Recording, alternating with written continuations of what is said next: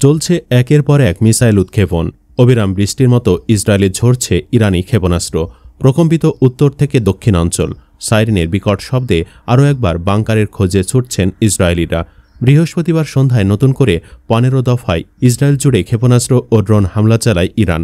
এবার টার্গেট করা হয় উত্তরাঞ্চলীয় শহর হাইফা এবং রাজধানী তেল আবিব।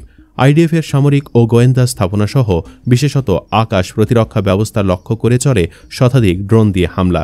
তাৎক্ষণিকভাবে হতাহতের কোনো তথ্য দেয়নি ইসরায়েলি কর্তৃপক্ষ। এর আগে দিনভর চলা অভিযানে কমপক্ষে 15টি ইসরায়েলি শহর লক্ষ্য করে ব্যাপক হামলা চালায় ইরান, যেটিকে সংঘাত শুরুর পর সবচেয়ে কার্যকর হিসেবে দেখা হচ্ছে। এতে তেল আবিবে অবস্থিত আইডিএফের একটি কমান্ড সেন্টার এবং একটি গোয়েন্দা স্থাপনা ধ্বংসের দাবি করে আইআরজিসি।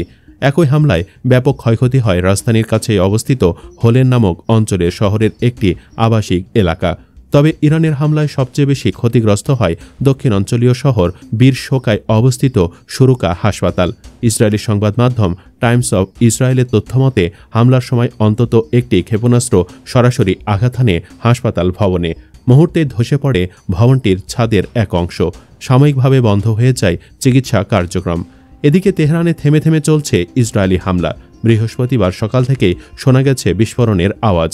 আইআরজিসির 2/3 মিসাইল লঞ্চার সাইট ধ্বংসের দাবি করেছে আইডিএফ। এর আগে ইসরায়েল থেকে ছোড়া বেশ কয়েকটি ক্ষেপণাস্ত্র এবং ড্রোন ধ্বংস করা হয় আকাশ প্রতিরক্ষা ব্যবস্থার সাহায্যে দাবি গণমাধ্যমগুলোর। ইরানের পারমাণবিক স্থাপনাগুলোতে থেমে নেই আইডিএফের হামলা। বৃহস্পতিবার নতুন করে আরাক এবং খুন্দাব শহরের আশেপাশের এলাকা টার্গেট করা হয়, যেখানে ইরানের অত্যন্ত গুরুত্বপূর্ণ হেভি ওয়াটার পারমাণবিক চুল্লি অবস্থিত। স্থাপনাটিতে পারমাণবিক অস্ত্র তৈরিতে ব্যবহৃত হয় এমন রাসায়নিক পদার্থ প্লুটোনিয়াম উৎপন্ন হিসাবে বের হয়। এতদিন 2015 সাল থেকে পশ্চিমা বিশ্ব অভিযোগ করে আসলেও কেন্দ্রটি থেকে উৎপাদিত প্লুটোনিয়াম শুধুমাত্র বেসামরিক কাজে ব্যবহারের ঘোষণা দিয়ে আসছে ইরান। এর আগে তেহরানের রেড ক্রিসেন্ট সোসাইটি এবং একটি সামরিক হেডকোয়ার্টার্সে হামলা চালায় ইসরায়েল। অভিযানের খবর পাওয়া যায় ইস্পাহান, সিরাজ, কোরমানশাহ সহ একাধিক প্রদেশে। কারাস শহরের একটি বিমানবন্দর থেকেও পাওয়া যায় বিস্ফোরণের আওয়াজ। এক সপ্তাহ ধরে চলা দুই পক্ষের এই সংঘাতে এ পর্যন্ত তেহরান ছেড়েছেন হাজার হাজার বাসিন্দা। প্রাণহানিও ছাড়িয়েছে 500। অন্যদিকে ইরানের হামলায় বাস্তুচ্যুত 5000-এরও বেশি ইসরায়েলি। তবে পাল্টাপাল্টি এই অভিযানে ইসরায়েলের হয়ে যুক্তরাষ্ট্র নামছে কিনা তা নিয়ে সংশয় থেকে যাচ্ছে। বৃহস্পতিবার এক নিয়মিত ব্রিফিংয়ে হোয়াইট হাউস জানায় 2 সপ্তাহের মাঝে বিষয়টিতে সিদ্ধান্তে উপনীত হচ্ছে ওয়াশিংটন। ইসরায়েল ও ইরানের টানটান উত্তেজনার মধ্যে দিন গড়াচ্ছে 6ষ্ঠ দিনে।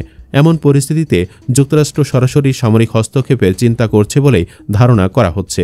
প্রেসিডেন্ট ডোনাল্ড ট্রাম্প ইঙ্গিত দিয়েছেন, আমি এটা করতে পারি, আবার নাও করতে পারি, কেউ জানে না আমি কি করব।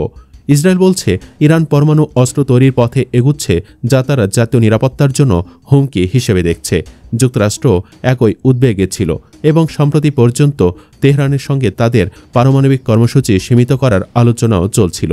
বিশেষজ্ঞরা বলছেন ফর্ডোর মতো একটি গভীর পাহাড় ঘেরা স্থাপনাকে পুরোপুরি ধ্বংস করার জন্য MOP যথেষ্ট হতে পারে। তবে প্রশ্ন হল, সেটি কি পরমাণু কর্মসূচি থামানোর জন্য যথেষ্ট? বিষয়টি এখানেই থেমে যায় না। এমন একটি স্থাপনা ধ্বংস করলেও ইরান যে প্রযুক্তি ও মানব সম্পদ ইতোমধ্যে তৈরি করে ফেলেছে, তা থেকে তারা কয়েক বছরের মধ্যে আবারও কর্মসূচি পুনরায় শুরু করতে পারবে। অর্থাৎ বড়জোর 1 বা 2 বছর সময় পাওয়া যাবে, চিরতরে সমাধান নয়।